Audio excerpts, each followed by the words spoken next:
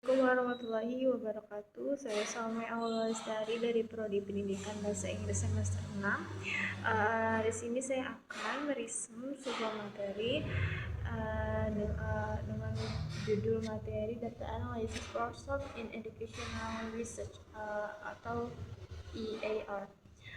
Jadi data analysis itu adalah proses menganalisis data secara terarah dengan bantuan step by step yang jelas. Jadi saat peneliti menemukan banyak data dari kelas, nah maka mereka tidak langsung menarik kesimpulan gitu, tapi mengikuti tahapan-tahapan yang sistematis gitu. Nah, tahapan tersebut dimulai dari organize the data. Nah, itu mengelompokkan data agar lebih rapi dan mudah dianalisis. Nah, setelah itu identify patterns. Nah, identify patterns itu kayak mencari pola atau kecenderungan yang muncul dari data tersebut. Kemudian ada compare result. Nah, untuk komparisi itu untuk membandingkan hasil sebelum dan sesudah tindakan dilakukan. Selanjutnya itu ada interpret meaning. Nah, jadi interpret meaning itu kayak memahami makna dari data yang diperoleh. Nah, setelah itu ada draw conclusion. Nah, conclusion itu membuat kesimpulan berdasarkan bukti yang ada. Terakhir ada decide the next action, yaitu menentukan langkah berikutnya yang akan dilakukan. Nah, pendekatan itu sangat penting katanya dalam action research karena tujuan penelitian bukan hanya mengumpulkan data saja, tetapi juga menggunakan data tersebut untuk memperbaiki proses pembelajaran. Nah, dalam action research, data analisis yang menjadi jembatan antara tindakan yang dilakukan di kelas dengan perbaikan yang akan dicapai. Nah, tanpa analisis data itu hanya akan menjadi kesimpulan nilai, catatan, atau pendapat saja. Namun dengan analisis yang rapi, yang tepat, nah data ini bisa menjadi dasar dalam mengambil keputusan yang akan kita ambil. Nah, kemudian melalui guided analysis ini, peneliti juga dapat mengetahui apakah intervention yang dilakukan berhasil atau tidak, melihat perubahan yang terjadi selama siklus penelitian. Nah, menemukan masalah yang masih perlu diperbaiki serta menyusun cycle berikutnya yang lebih efektif. Dalam English language research terdapat beberapa aktivitas penting, yaitu ada observation, description, analysis, and explanation. Nah, observation itu proses pengumpulan data melalui pengamatan. Description itu pengumpulan data adalah tahap pencatat hasil pengamatan tersebut. Nah, kemudian kalau misalkan data yang sudah terkumpul di analisis pada tahap analisis, setelah itu pada tahap explanation itu peneliti memberikan makna atau interpretasi terhadap hasil analisis yang telah dilakukan tadi. Nah, jadi perlu diingatkan kembali katanya bahwa kuantitatif data dan kualitatif data sama-sama penting. Nah, kuantitatif data ini menunjukkan seberapa besar nih perubahan yang terjadi, sedangkan kualitatif data itu membantu menjelaskan mengapa dan bagaimana perubahan itu bisa terjadi. Nah, selanjutnya itu ada panduan step by step dalam menganalisis data. Nah, yang pertama itu ada organize the data. Nah, dengan mengelompokkan data seperti test scores, observation notes, kemudian questionnaire respondents ke dalam bagian yang berbeda agar lebih mudah dipelajari. Kedua itu ada read the data carefully. Nah, untuk kuantitatif data kita melihat perubahan nilai atau skor. Nah, sedangkan untuk kualitatif data itu kita membaca respons yang diberikan dan mencari ide atau pendapat yang sering muncul. Kemudian ada identify patterns. Identify patterns itu menemukan pola atau tema yang berulang.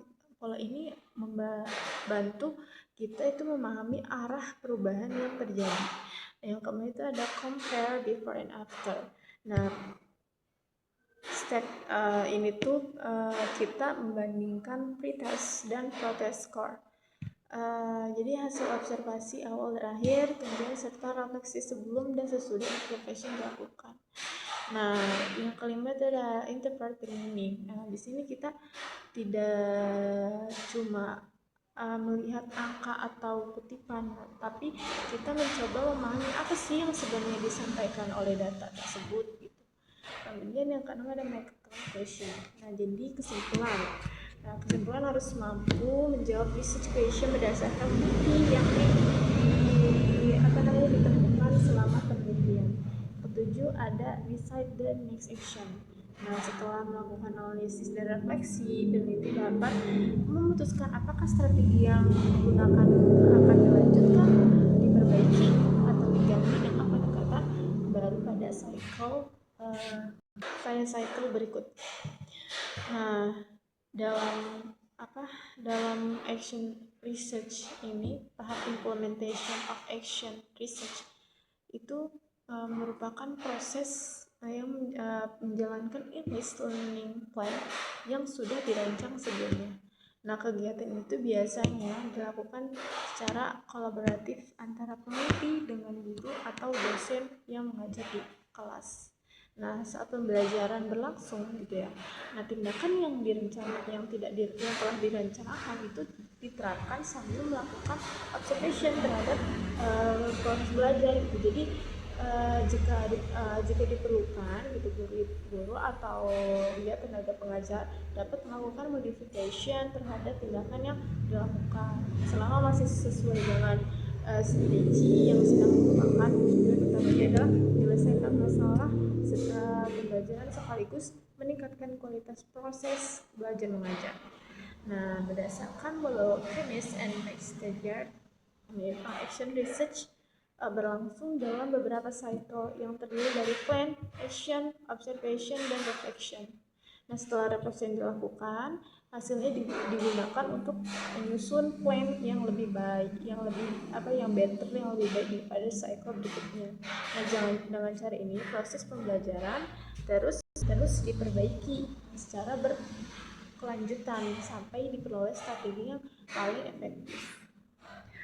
Nah, untuk membantu menganalisis data, terdapat simple analysis framework. Misalnya dari tes scores kita melihat apakah terjadi peningkatan atau penurunan nilai yang menunjukkan adanya learning improvement. Dari observation notes kita dapat melihat apakah perilaku siswa seperti partisipasi, kemudian perhatian dan interaksi di kelas.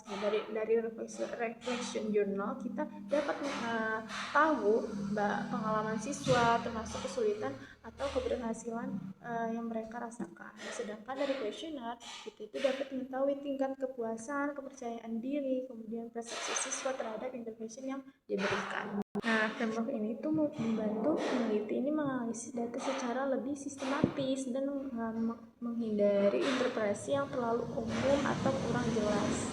Jadi kesimpulannya itu, big data analysis itu membantu peneliti mengubah data mentah menjadi pemahaman yang bermakna. Proses ini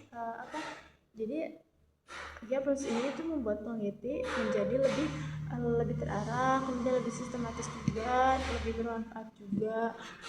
Ya, tujuannya sama untuk meningkatkan kualitas pembelajaran IPS. Nah, data ini tidak cuma nunjukin apa yang telah terjadi, tetapi juga membantu menentukan apa sih yang harus kita lakukan selanjutnya gitu. Setiap kelas itu pasti memiliki cerita, beda-beda cerita, dan data membantu kita itu memahami cerita tersebut gitu dengan lebih jelas dan menganalisis secara teliti, secara cermat dan terarah juga. Jadi kita itu tidak hanya menjadi peneliti yang lebih baik, tapi juga menjadi